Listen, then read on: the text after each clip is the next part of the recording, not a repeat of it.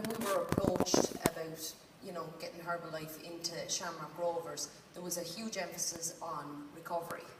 And do you find that the recovery, the rebuild strength in particular, has made a difference to your training week and your match days? Well, personally, just over the years, taking different kinds of protein and stuff. When we have a short turnaround between games, a couple of days, or even the double sessions, like I said, on the Mondays, I find a lot of them used to sit on my stomach and I didn't digest them quite well. Speaking to the other lads on the team, I know that they were very keen to take the Herbalife one. It seems to be like a slow digestive, and it keeps them energised on days we have double sessions and stuff without filling their stomachs and making them feel sluggish and stuff. Okay, great. And then in relation to top tips then, Gary, maybe you can take us through that. Like I said, nutrition-wise, it's hugely important. It's, you know, like I was saying previous, the demands on your body as a professional athlete, myself, Luke and TJ will know, it is grueling, you know, especially at the moment we're in the middle of our pre-season, and as most people would know, and footballers and athletes as a whole, pre-season is the most demanding time of the year for an athlete. You're preparing the body for the full season, so it's a long time. So nutrition is hugely important. For me, it's you know, all about prepping. So, you know, nutrition-wise, food prep is huge for me. And then, like I said, having Herbalife stuff at our training ground is so vitally important, because, like Luke was mentioning, when we do the gym work, we go from the pitch straight onto the gym, and the Herbalife shakes they taste nice. They help your body recover, but also, like I said, they prepare your body for the next day. And in terms of hydration, then a big tip for me is always constantly sipping on water. And people tend to leave water just when they are actually exercising, but sipping on water throughout the day, it would be a big tip for me and for any young person to definitely take that on board. But also educate yourself on what's out there. So this is becoming a big thing now in Ireland, Herbalife. It's becoming, like Philip has said, with Shamrock Rovers, you know, the biggest team in the country. So it's going to be more widely known, and we can definitely see Herbalife expanding out amongst teams across the country and the younger age groups. Okay, fantastic. So it's only just beginning. Thank you very much for staying on stage with us. Okay, so this other man is TJ Reid. So in case any of you live under a rock here in Ireland, I'm going to get him to just explain maybe some of his credentials, and then in terms for the people who are here from other countries as well, maybe you could give us some of your achievements to date if we have enough time. No problem at all. Yeah, hurling for Kilkenny. I've been involved in hurling with Kilkenny for the last 11 seasons.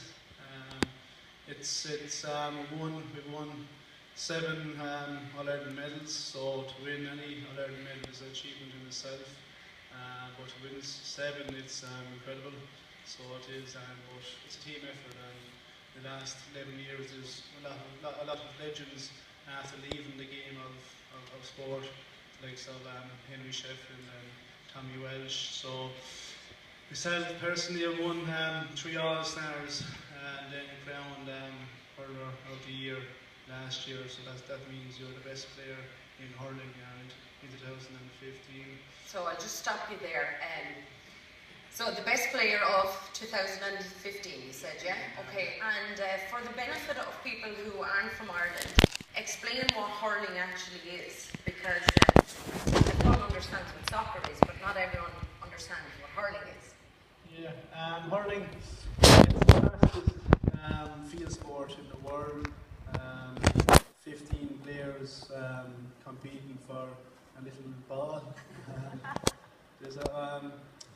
There's rules involved, obviously. It's contact, so it's like lacrosse mixed with ice hockey as well.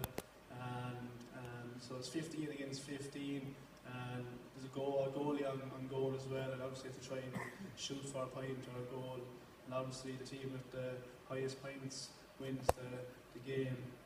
So it's intense, it's contact, you need to be fit, you can't be overweight playing or you'll be found out. So you need to be strong, you need to be conditioned and you need to be skillful as well, because you can't, a player in his 30s can't just pick up a hurley and go out and start playing. You need to be practicing at 5 years of age, and then to develop all your skills, because all those skills are developed at a young age to grasp when you're in your 20s and 30s.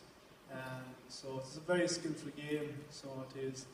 And the game is 70 minutes as well. So as you know, contact for 70 minutes. It's fairly grueling, so it is. Pretty intense, okay.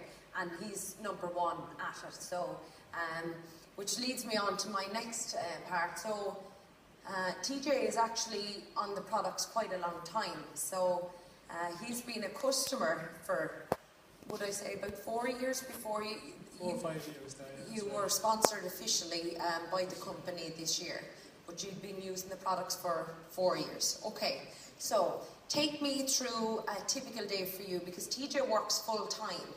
Okay, so this has to fit in around his work day, and so you can just take us through that, a typical week maybe, or a typical day even in your case. Yeah, so hurling is amateur sport.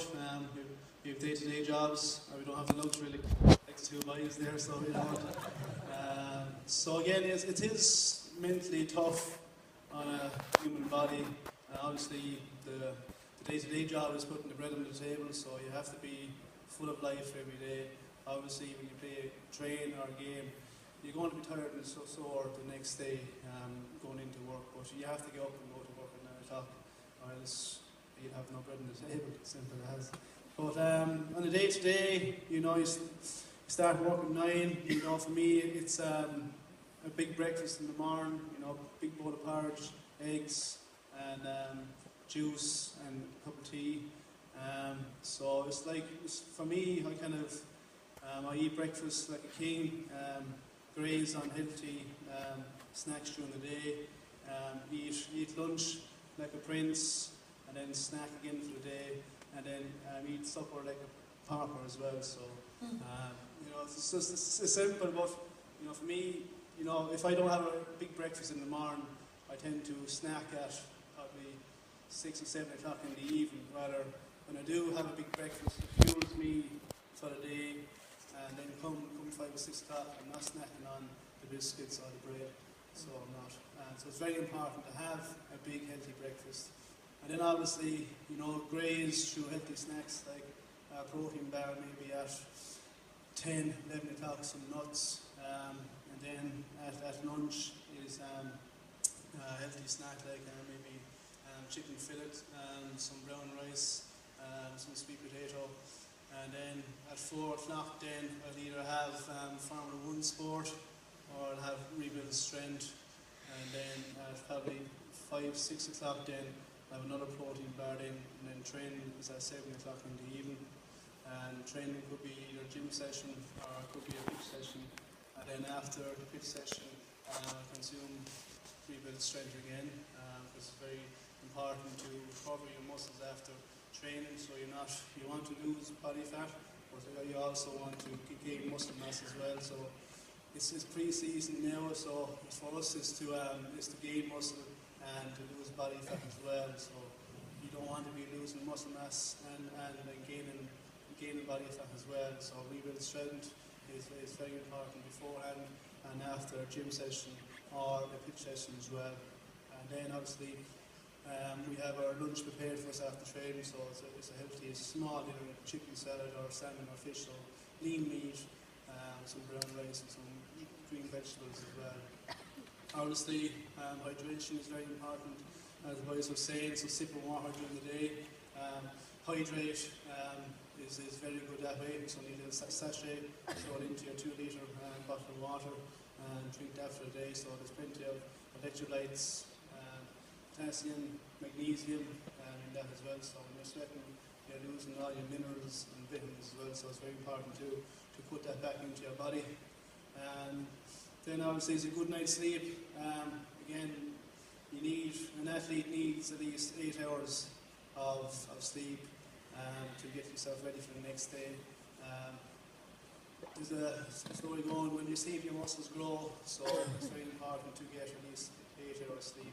Obviously there's a product called Restore, it's an anti-inflammatory as well, so it also helps you sleep better as well. So it's you can get a night watch and it kind of covers your pattern of sleep, and after taking Restore, my sleeping pattern is after improving greatly with Restore.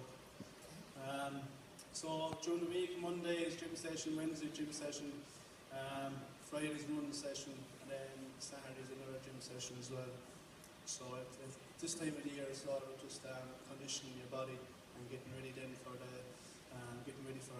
January and February as well. So as Gary was saying, pre-season is the toughest training, because you're trying to build yourself for the year and then maintain your fitness and your muscle mass for the year. So it is very grueling on your body and your immune system. So if you're not eating properly, if you're not getting the right fluids, the right carbohydrates and right minerals, you will either become sick or you become fatigued, and you won't be able to perform at your best either at training or match day. Okay. I think it's pretty obvious he's using the products, yeah? Okay, and if you had one favourite product, someone asked him when they said at an event, and I think we went through the whole product list, but if you were to have one product from the Herbalife range that you wouldn't do without, what would that be? I think I go with Prolon.